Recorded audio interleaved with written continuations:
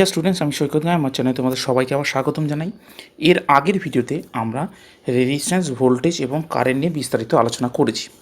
এই ভিডিওতে আরও অন্যান্য যেসব ফান্ডামেন্টাল কোয়ান্টিটিস এবং তার বিভিন্ন ইউনিট, মূলত এসআই ইউনিট নিয়ে আমরা আলোচনা করব। এবং ভিডিওটি ভালো লাগলে লক্ষ্য করো, এবং ভিডিওতে যা যা জিনিসগুলো বলবো সেগুলো তোমাদের ওয়ার্কশপ ক্যালকুলেশন আছে, ওয়ার্কশপ ক্যালকুলেশন কিন্তু ভালো উপকারে লাগবে। তো তোমরা ভিডিওটি পুরোটা ভালো করে লক্ষ্য করো।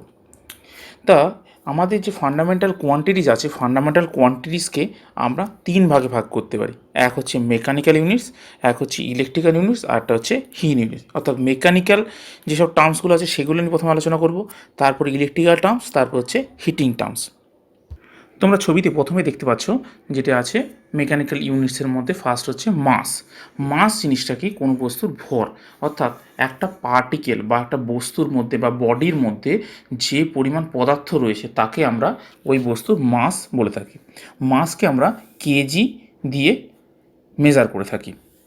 এরপরে যে জিনিসটা আছে সেটা দেখো ভেলোসিটি। ভেলোসিটি মানে গতিবেগ, ওকে আমরা ভি বা ইউ দিয়ে সিগনিফাই করি, অর্থাৎ লিখি আর কি। তা ভেলোসিটির ডেফিনেশন হচ্ছে প্রতি ইউনিট টাইমে যতটা ডিস্টেন্স ট্রাভেল করবে কোনো একটা বস্তু, কোনো একটা চলমান বস্তু প্রতি ইউনিট টাইমে যতটা পথ ট্রাভেল করবে তাকে আমরা বলবো ওর ভেলোসিটি। অ্যাকচুয়ালি কতটা ডিস্টেন্স ট্রাভেল করবে সেটাকে আমরা ভেলোসিটি বলে থাকি। তাহলে দেখো ডিস্টেন্স পার টাইম, ডিস্টেন্সের ইউনিট হচ্ছে মিটার আর টাইমের ইউনিট সেকেন্ড, তার ভেলোসিটির ইউনিট হচ্ছে মিটার পার সেকেন্ড। এরপরে জিনিসটা দেখতে পাচ্ছ সেটি হচ্ছে অ্যাক্সিলারেশন। অ্যাক্সিলারেশন জিনিসটা কি? ভেলোসিটি পার ইউনিট টাইমে, অর্থাৎ রেট অফ চেঞ্জ ভেলোসিটি আমরাকে বলবো যে অ্যাক্সিলারেশন। অর্থাৎ ভেলোসিটির যে চেঞ্জ, টাইমের রেসপেক্টে ভেলোসিটির চেঞ্জকে আমরা অ্যাক্সিলারেশন বলি। গাড়ির ক্ষেত্রে তোমরা অ্যাক্সিলারেটর দেখতে পাও, অর্থাৎ ভেলোসিটি যে গাড়ির যে চেঞ্জ করে টাইমের সাপেক্ষে, সেই চেঞ্জটাকে আমরা অ্যাক্সিলারেশন বলি। একে আমরা ছোটো হাতের ইয়ে দিয়ে সিগনিফাই করে থাকি। তাহলে ভেলোসিটি ইউনিট আমরা দেখেছিলাম মিটার পার সেকেন্ড, তাহলে উপরে দেখো থাকলো ভেলোসিটি মিটার পার সেকেন্ড থাকলো, আর নিচের টাইম যদি বসাই হচ্ছে মিটার পার সেকেন্ড স্কোয়ার। আশা করি বুঝতে পেরেছ। এরপর যে জিনিসটা দেখতে পাচ্ছ সেটা হচ্ছে ফোর্স। ফোর্স মানে বল, অর্থাৎ কোনো বস্তুকে বা পার্টিকেলকে আমরা যদি তুলি বা সরাই এসব ইউজ করি সেটাকেই আমরা ফোর্স বলে থাকি। অর্থাৎ কোনো বস্তুর অবস্থার পরিবর্তনের জন্য আমরা যা প্রয়োগ করে থাকি বস্তুর উপরে তাকে আমরা ফোর্স বলি। তা ফোর্সের ইউনিট হচ্ছে নিউটন। তাই ফোর্স ইকুয়ালস টু হচ্ছে মাস ইন্টু অ্যাক্সেলারেশন, অর্থাৎ বস্তুর ভর ইন্টু তার অ্যাক্সেলারেশন। এরপর জিনিসটা দেখতে পাচ্ছ সেটি হচ্ছে ওয়েট, অর্থাৎ ওর ওজন। ওয়েটকে আমরা ছোটো হাতের ডব্লিউ দিয়ে সিগনিফাই করি। তা ওয়েট মানে অভিকর্ষ যে বল আছে, সেই অভিকর্ষ যে বল দিয়ে কোনো বস্তুকে টানে, সেই তার উপরে ডিপেন্ড করে আমাদের ওয়েট হয়। তাহলে ওয়েট ইকুয়ালস টু দেখো মাস ইন্টু জি। জিটা হচ্ছে এখানে অভিকর্ষ ত্বরণ, জি এর মান 9.81 মিটার পার সেকেন্ড স্কোয়ার। তাহলে ওয়েটের সূত্র হচ্ছে W equals to M into G. এই সূত্র, এই জি এর মানটা, ছোটো হাতে জি এর মানটা, গ্র্যাভিটেশন অ্যাক্সিলারেশন মানটা তোমার মনে রাখো, এটা তোমাদের ওয়ার্কশপ ক্যালকুলেশনে কিন্তু ভালো কাজে লাগে।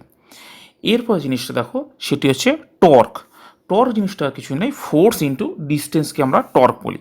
এটা মূলত রোটেশনাল মোশনের ক্ষেত্রে বা কোনো একটা রোটেটিং, ধর একটা পার্টিকেলকে বা একটা পাথরকে আমরা দড়িতে বেঁধে ঘোরাচ্ছি।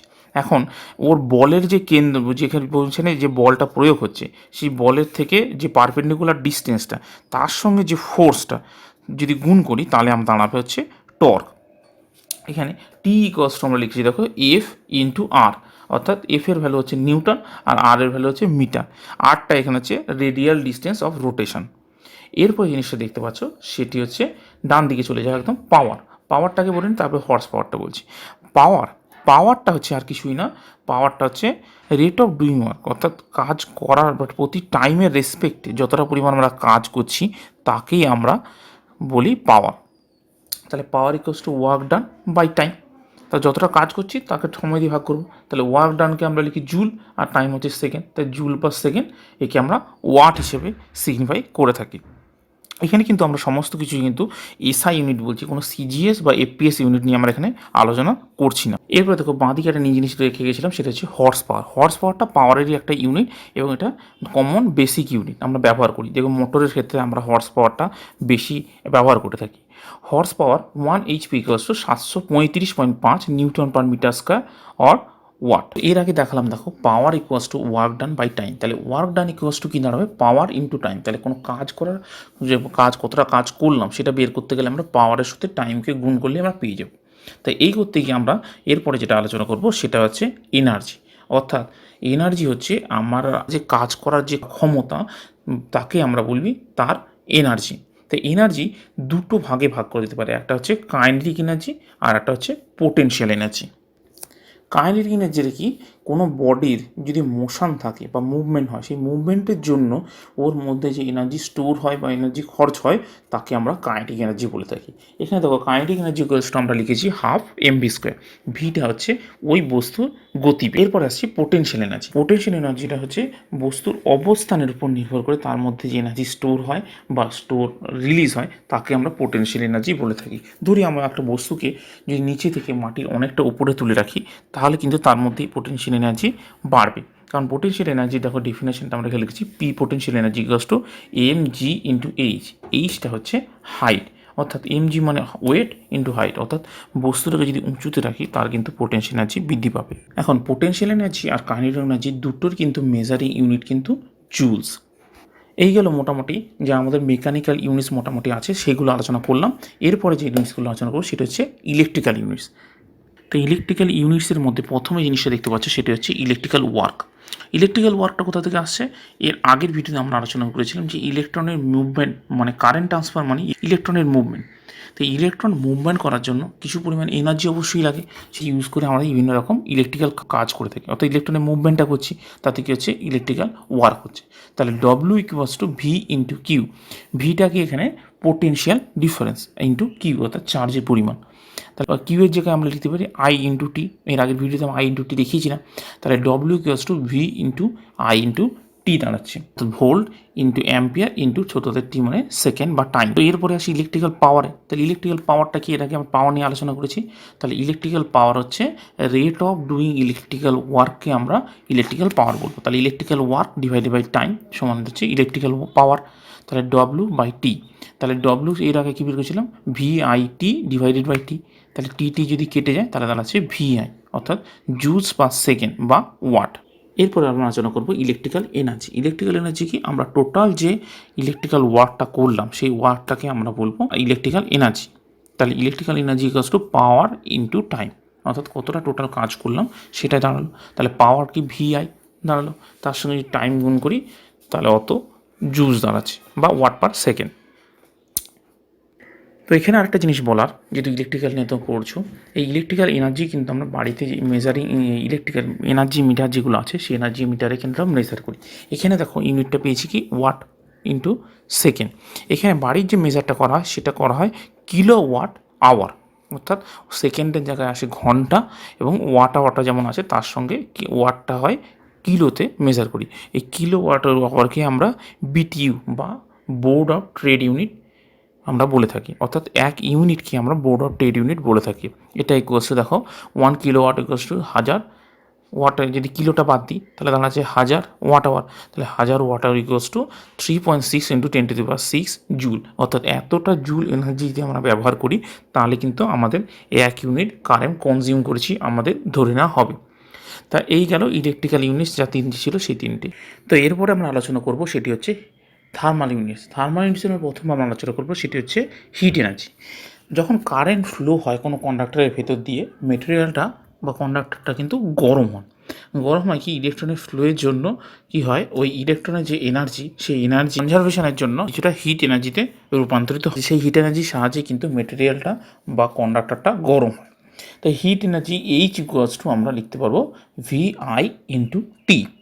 ভি আই এর জায়গায় আমরা লিখতে পারি আই স্কোয়ার আর, এবং আই স্কোয়ার আর জায়গায় আমরা লিখে দেবো V square by R into T. এগুলো তোমার ফর্মুলাগুলো মনে রাখো, তোমাদের বিভিন্ন ক্যালকুলেশনে কাজে লাগবে এবং এইগুলো নিয়ে বিভিন্ন নিউমেরিক্যাল প্রবলেমস কিন্তু আসবে। H equals to I square R T, এটাকে আমরা জুলস ল বলে থাকি।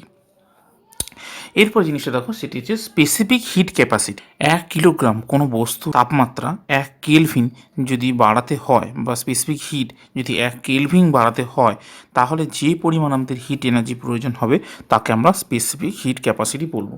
এখানে সূত্রটা দেখো, স্পেসিফিক হিট ক্যাপাসিটিকে আমরা সি দিয়ে সিগমাই করি। C equals to Q by M into T two minus T one. টি2টা হচ্ছে পরবর্তী টেম্পারেচার এবং টি1টা হচ্ছে আগের টেম্পারেচার, অর্থাৎ এম ইন্টু ডেল্টা টি, অর্থাৎ টি এর change Q by M into T এর চেঞ্জ। তো বিভিন্ন জিনিসের স্পেসিফিক হিট ক্যাপাসিটি বিভিন্ন হয়ে থাকে। ওয়াটারের ক্ষেত্রে specific heat capacity 4187 joule per KG into degree Kelvin হয়ে থাকে। আয়রনের ক্ষেত্রে সেটা 500 হয়ে থাকে, অ্যালুমিনিয়ামের ক্ষেত্রে সেটা 950 হয়ে থাকে। তো এরপরে জিনিসটা আলোচনা করবো সেটা হচ্ছে ল্যাটেন্ট হিট বা লিন তাপ। ল্যাটেন্ট হিট তোমরা দেখে থাকবে যে বরফ থেকে জলে হয়, জল থেকে আবার বরফে পরিণত হয় বা জল থেকে বাষ্পে পরিণত হয়।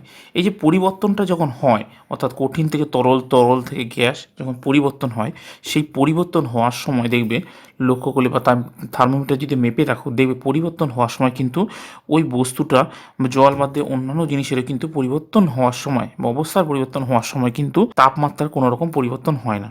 ও কিন্তু হিট এনার্জি অ্যাবজর্ব করে বা রিলিজ করে, কিন্তু তাপমাত্রার কোনো পরিবর্তন হয়, শুধু অবস্থার পরিবর্তন হয়।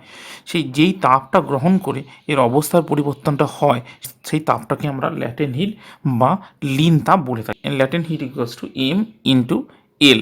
এমটা হচ্ছে ওই সাবস্টেন্সের যে মাস অর্থাৎ কেজি, আর এল হচ্ছে স্পেসিফিক ল্যাটেন্ট হিট বা স্পেসিফিক এনথ্যালপি। তো এবার আসি স্পেসিফিক এনথ্যালপি বিষয়।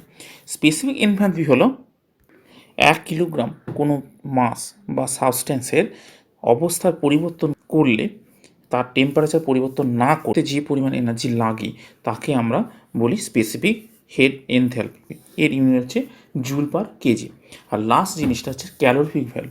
ক্যালোরিফিক ভ্যালু জিনিসটা তোমরা পেট্রোল বা ডিজেল উদাহরণ দিলে ভালো করে বুঝতে পারবে। পেট্রোল বা ডিজেল দেখবে পুড়িয়ে আমরা কিন্তু এনার্জি পাই, তার সাহায্যে আমাদের গাড়ি বা বিভিন্ন জিনিস কিন্তু আমরা ব্যবহার করে থাকি বা চালিয়ে থাকি। তো ক্যালোরিফিক ভ্যালু বলতে আমরা বোঝাই যে কোনো একটা ফুয়েলসকে যখন বার্নিং করি, বার্নিং বা পোড়াই, তখন তার মধ্যে থেকে যতটা পরিমাণ হিট এনার্জি প্রডিউস হয় সেই তার পরিমাণটাকেই আমরা ক্যালোরিফিক, ওই ফুয়েলের ক্যালোরিফিক ভ্যালু বলে থাকি।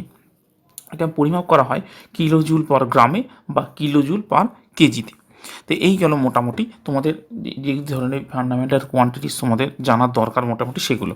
এগুলো সম্বন্ধে আরও ডিটেলসে তোমরা তোমাদের বইয়ে পেয়ে, এগুলো নিয়ে তোমাদের বিভিন্ন নিউমেরিক্যালস প্রবলেম আমি ফিউচারে বিভিন্ন ভিডিওতে আলোচনা করব।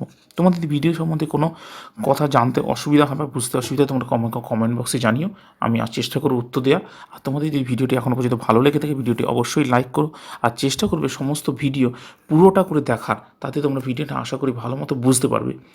তো আজ যদি আমার চ্যানেলে কেউ নতুন এসে থাকো, আমার চ্যানেলটি অবশ্যই সাবস্ক্রাইব করে রাখো। আমি তোমাদের জন্য তোমাদের প্রয়োজনে দরকারের গুরুত্বপূর্ণ ভিডিওগুলি তোমাদের জন্য নিয়ে আসি। আর আমার পাশের বেল আইকনটি দিতে ভুলো না, যাতে তোমাদের এই ভিডিও আমার আপলোড করা নতুন ভিডিওর নোটিফিকেশান সবার আগে পেয়ে যাও। ধন্যবাদ।